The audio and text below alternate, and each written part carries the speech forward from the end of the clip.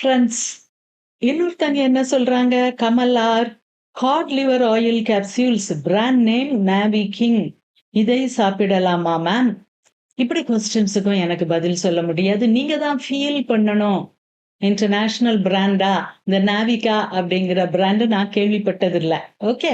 So now brand அப்படின்னா S அப்படின்றுவேன்.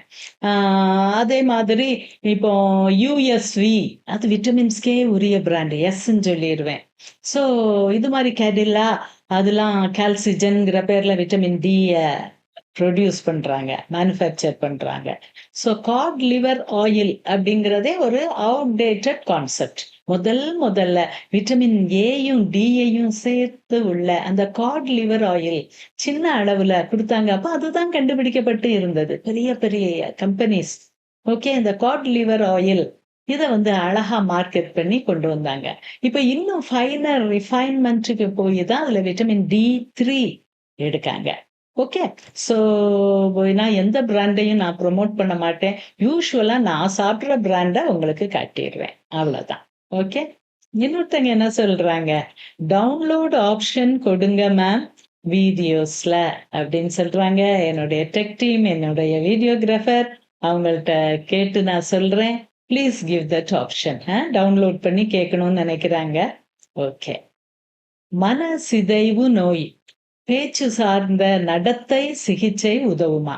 அதாவது ஸ்கிசோஃப்ரெனியாக்கு CBT cognitive behavioural therapy help பண்ணுமா? எஸ், ஹெல்ப் பண்ணும். வெரி மச் ஹெல்ப் பண்ணும். அப்படி நான் பேசி இருந்ததுக்கு ஒருத்தங்க கமெண்ட் போட்டிருக்காங்க.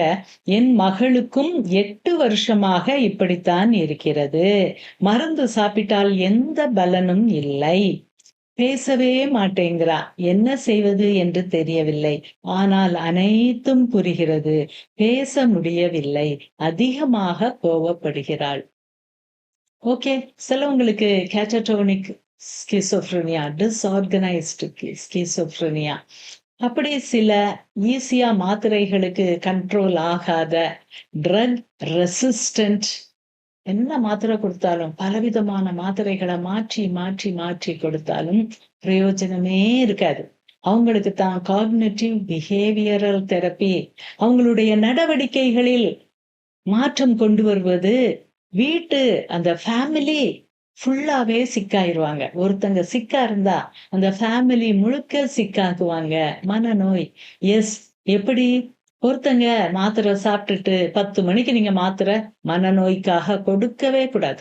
எல்லா மனநோய்க்காக கொடுக்கிற மாத்திரைகள் எல்லாமே சப்ளிமெண்ட்ஸ் எல்லாமே 6 மணிக்குள் கொடுத்து முடிக்கப்பட வேண்டும்.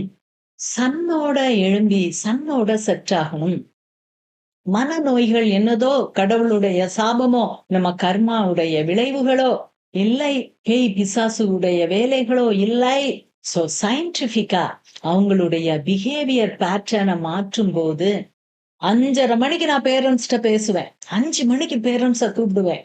அப்போ அவங்க எழும்பி அப்படி அவங்க ரெடியா சன்லைட்ட பார்த்து அதுதான் ஃபர்ஸ்ட் ட்ரீட்மெண்ட். அடி வானம் சிவப்பா இருக்கும்போது இல்ல அந்த சன் அப்பதான் நம்ம கண்ணுக்கு கண் பார்க்க முடியும். ஃபர்ஸ்ட் அதுதான் நம்ம கண் வழியா மூளைய பிரைட் பண்ணுது.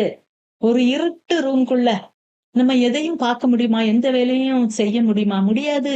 அதே மாதிரி இருண்டு கிடக்கிற அந்த மூளை ஃபர்ஸ்ட் லைட் வேணும். நிறைய பேர் அப்ப நான் காலையிலேயே முழிச்சு என்னோட எல்இடி பல்ப் எல்லாம் போட்டு டியூப் லைட் அப்படிலாம் சொல்றோம். இந்த லைட் எல்லாத்தையும் நான் போட்டு நான் வேலை செஞ்சேன் அப்படின்னா இல்லை, அது ப்ளூ லைட். உங்களுக்கு எனர்ஜி கொடுக்க, உங்க மனசை புதுப்பிக்க, உங்கள் மூளையை பிரைட் பண்ண, சுறுசுறுப்பாக்க என்னது வேணும்? ரெட் லைட் வேணும். சோ இதெல்லாம் பிஹேவியர்ல கொண்டு வரும்போது அந்த தீராத வியாதிகளும் தீர்ந்துவிடும். அப்பா அம்மா காலையில எழும்பி வெளிச்சத்துக்கு வந்தாங்கன்னா பிரைட் அந்த சன் லைட்டை பார்த்தாங்கன்னா மூளை பிரைட் ஆகும். அதுக்கப்புறம் அவங்க அந்த வெயில் நடந்து பழகி வாக்கிங் போய் அப்படி வந்தாங்கன்னா அந்த உடல் வழியா ஒவ்வொரு மைட்டோகாண்ட்ரியாவும் அதான் எனர்ஜி ஹவுஸ் ஆஃப் த செல், அந்த மைட்டோகாண்ட்ரியாவும் தட்டி எழுப்பப்படும். இதுதான் இப்போ சயின்ஸ். என்னதோ 5000 வருஷத்துக்கு முன்னால உள்ள ஆயுர்வேதா பத்தி நான் பேசுறேன்னு நினைக்காதீங்க. இதுதான் இன்றைய சயின்ஸ்.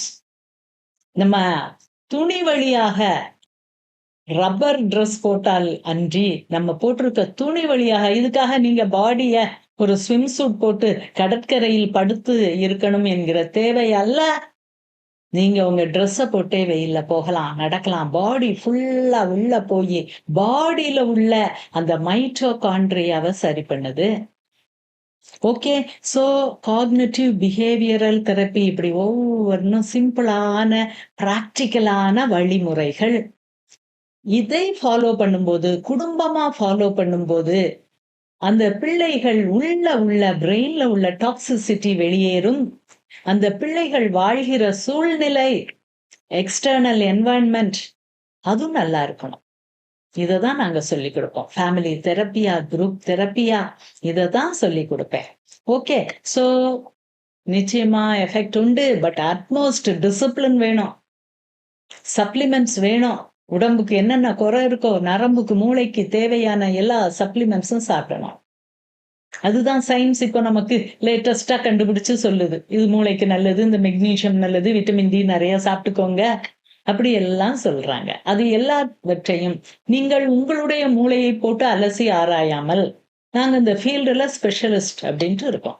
ஸோ எங்களுடைய ஆலோசனைப்படி நீங்க கேட்டு செஞ்சீங்கன்னா, cognitive behavioural therapy is the best treatment of choice for drug resistant all mental illnesses.